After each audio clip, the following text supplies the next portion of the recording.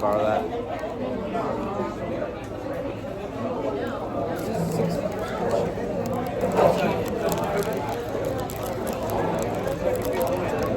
Guest number 8 and 13, please.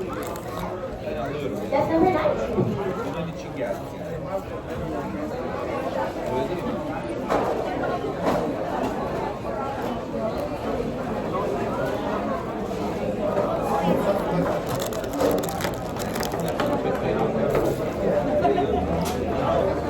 Guest number 8, please.